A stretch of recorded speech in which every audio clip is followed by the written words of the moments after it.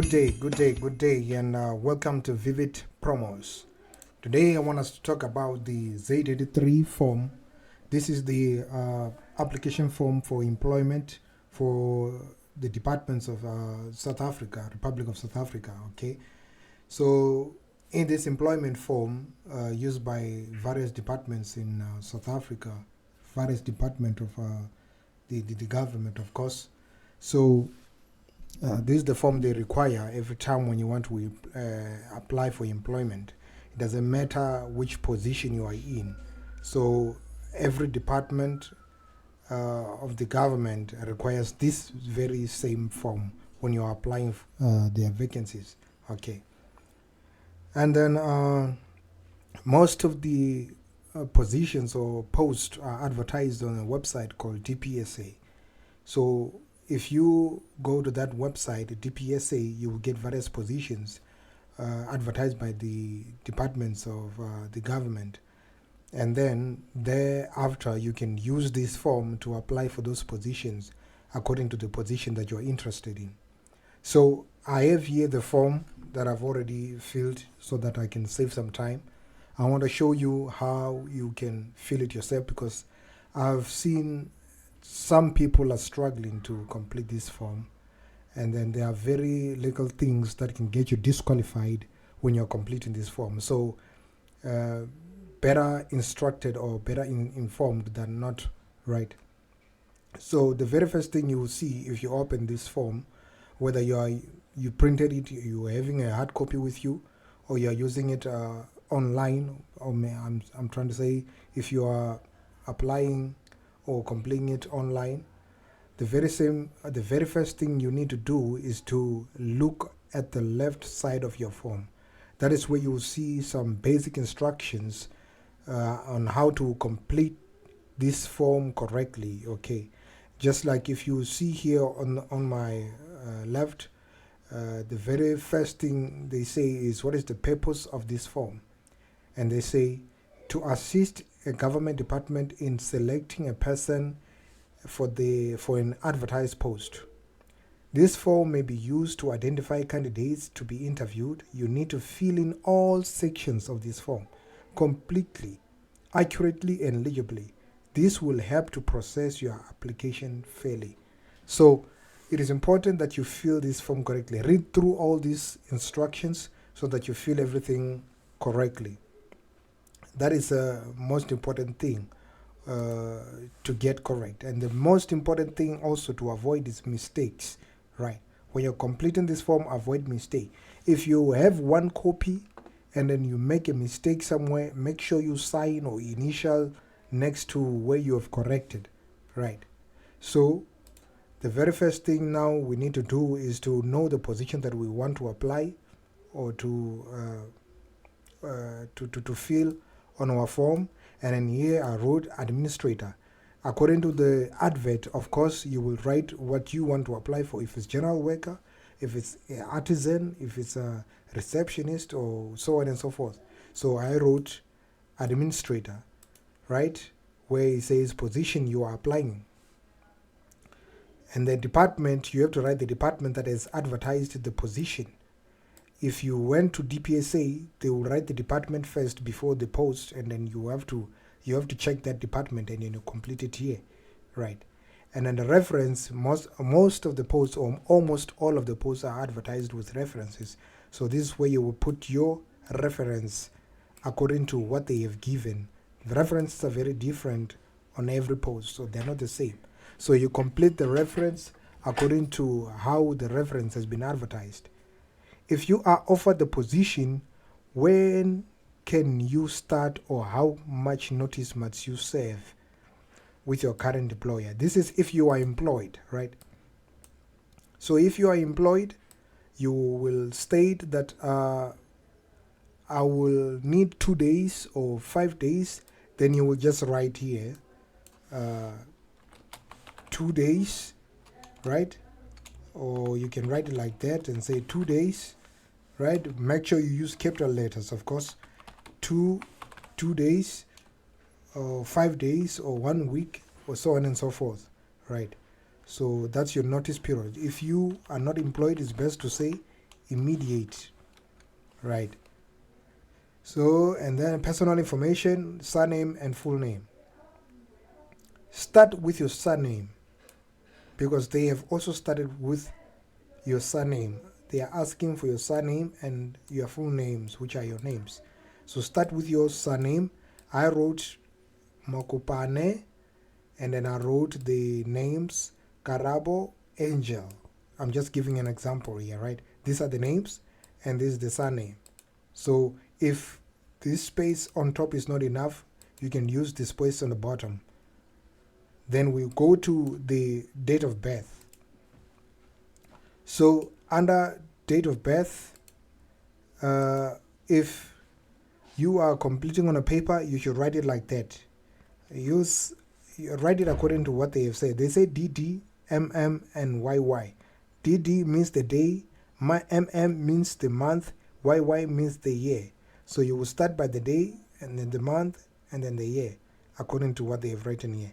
So if I'm filling it online, like on an editable Z83 form like I'm doing right now, if I fill this, it will automatically change everything to this. If you check here, 20 June, JUN, 1988, it will automatically change everything, right?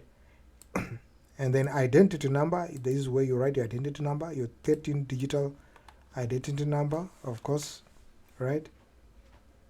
If you are not South African, then you will write your passport here and ignore the identity number, and then maybe you can just write not applicable there, right? Race. If you're African, you write African. If you're white, colored, Indian, or other, then you can tick those boxes. So I'm African, and I'll tick African. Use a cross. Don't use a tick, use a cross. It's best to use a cross. Gender, if you're female, you tick that. Male, you tick that. Using a cross, of course. Do you have disability? No. If you have disability, you can tick that. Are you a South African citizen? Yes. If you are not South African, then you will tick no. If no, what is your nationality? So if you tick no, you will write here, I am a Zimbabwean, or I am Nigerian, I am a Congo, or whatever. I don't know. Do people from Congo call themselves Congos? Sorry if I'm going out of line here. It just came on my mind, right? It just came on my mind right now. Anyway, let's just continue. The story for another day. Right. Okay. Do you have a valid work permit? If you are not South African,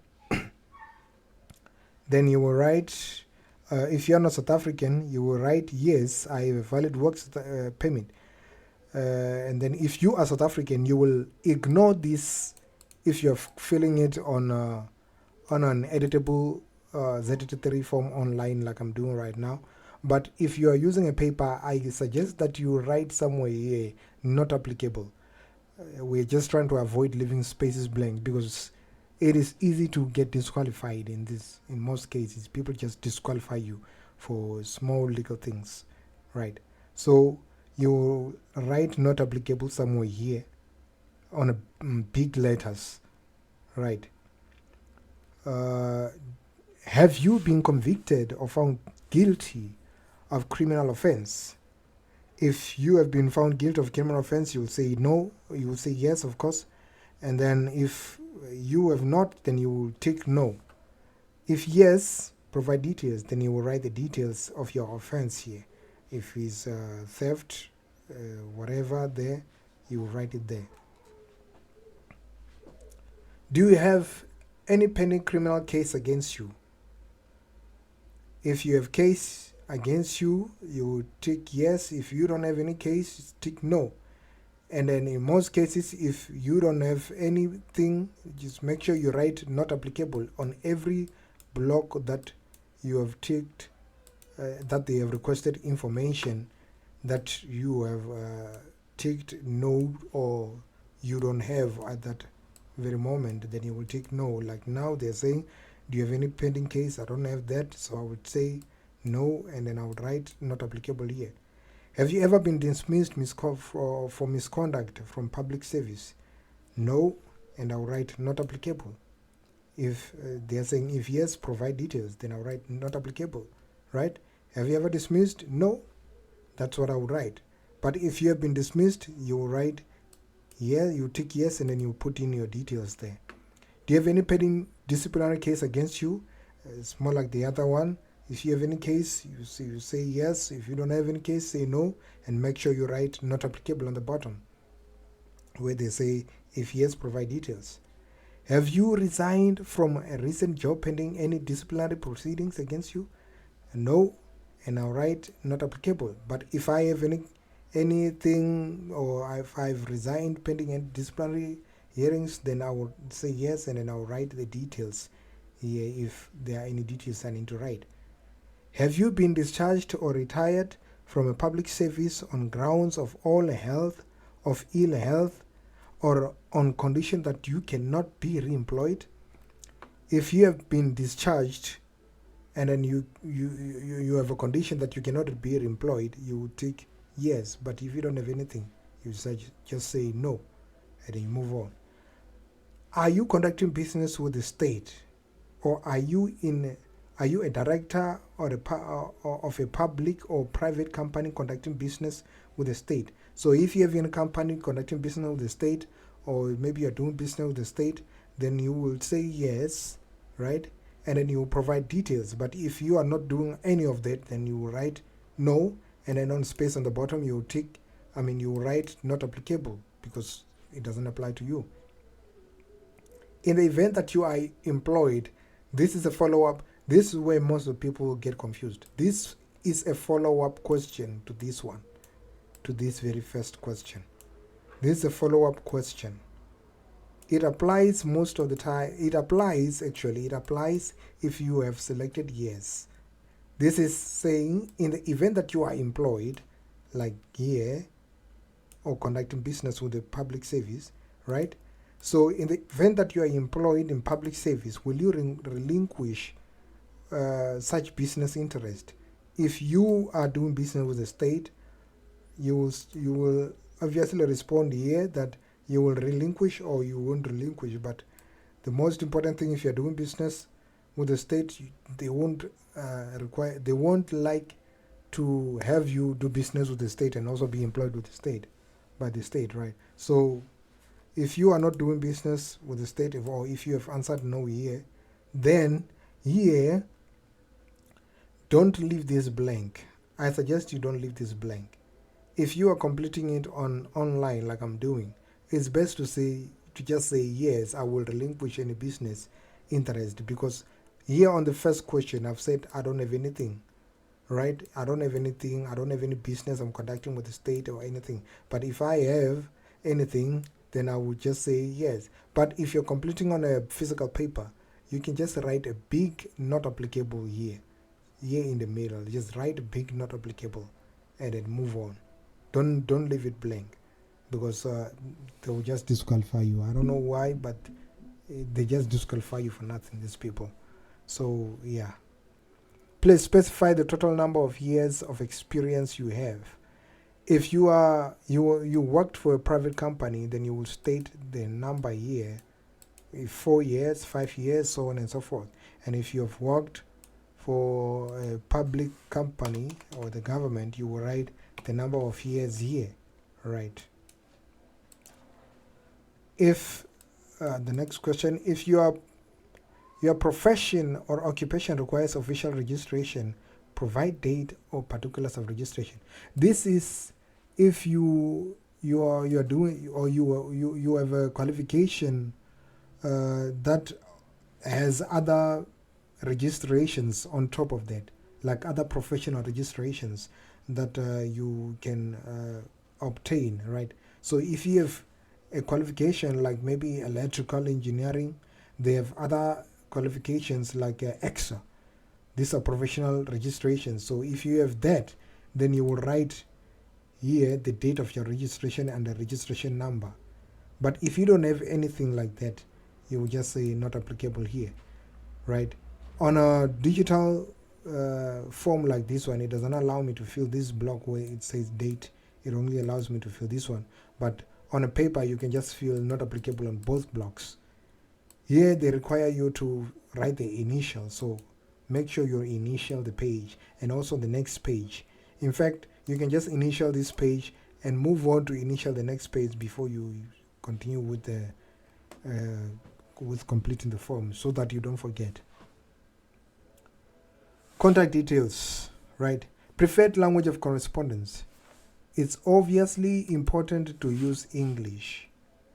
It's obviously important because English is the standard workplace language. Is the standard workplace language. So you use English, so it's important to write English. You may write other languages, but if you are speaking a language that other people or the department that you have applied for does not have anyone who can translate on that language, it's going to be a problem for them to respond to you because you wrote in another language. You are requesting them to respond to you with another language. It's not good. So the standard language is English. Make sure you use English. No one will say we don't have an English speaker at work, so we couldn't respond to you because we all can't speak English. It's highly impossible. So everyone speaks English, so make sure you write English. Right. If you don't know English, go and learn. Go and practice. Okay, method of correspondence or method for correspondence. This is how they will reply to you. Right. So post, email, fax, tell. I would suggest that you tick email, right? Because an email will always get to you. The post, no, they get lost, and then it's very much difficult to reply with the post because in most areas, post may take about 4 weeks to get to you. So if they need you by a week, this will not get you or get to you in time. So it's best to write email. And faxes, many people don't have faxes, so yeah, I don't know why you will take fax. Then tell or a cell phone number here. So if you take this, you are saying that they should respond to you using a cell phone or your phone number, of course. But I suggest you don't tick this one because what if your phone is off during the time when they want to contact you and your phone is off, your battery is dead, and there's no network. If they try to phone you and they can't reach you, they're just gonna move on. So they won't keep trying until they reach you. So it's important you write email because an email will always get to you whether you have checked it or not, but it will be there on your inbox. As long as you wrote the correct email and they typed the correct email to send to you the response, it will get to you in time. So I suggest you take this, and I also suggest that you write your cell phone number as well here on the box, just so they can also have your cell phone number right in front of them, in case they would prefer to also call you after they send an email or before they send an email, right? South African official language proficiency. So here, this is the languages you can speak, write, or read. So you will obviously start with English because that's the most important language that we are dealing with here and is the standard language at work. So you start with your English language, you write it here, and then you write if you are good speaking English. You also write good, fair, or poor, but it must be good. You have to be good in English. It's always good.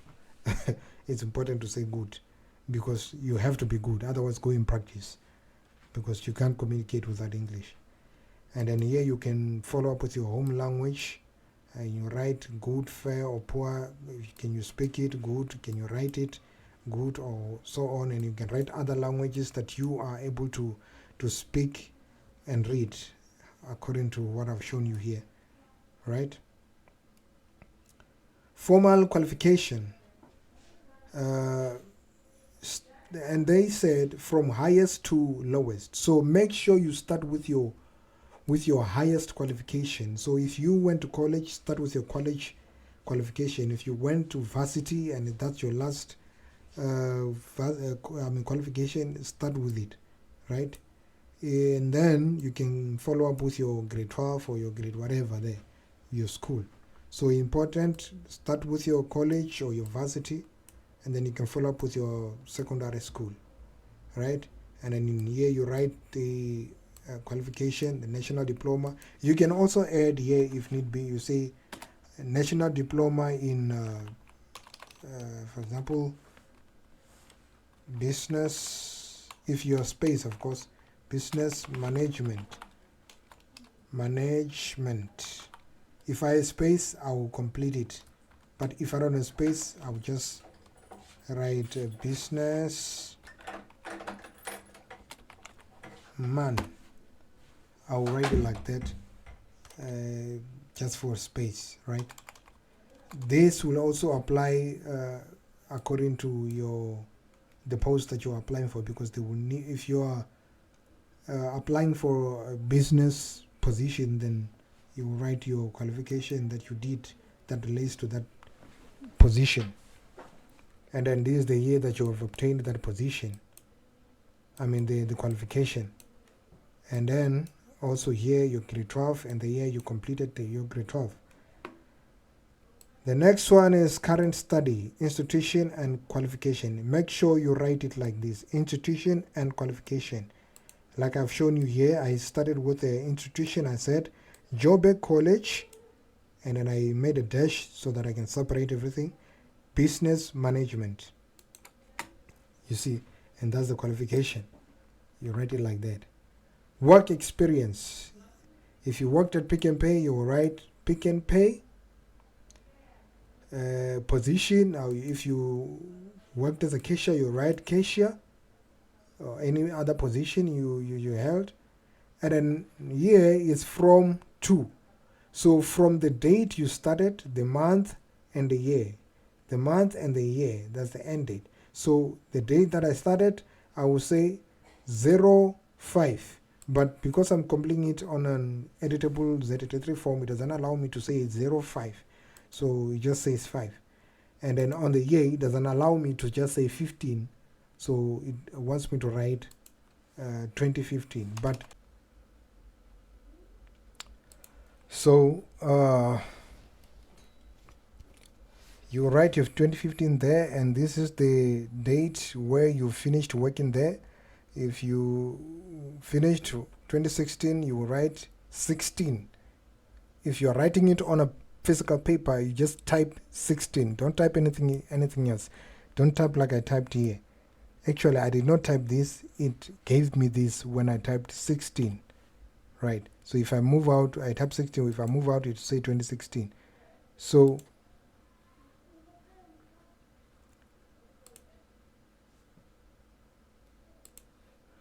it is important that you write the just 16 according to the instruction provided here.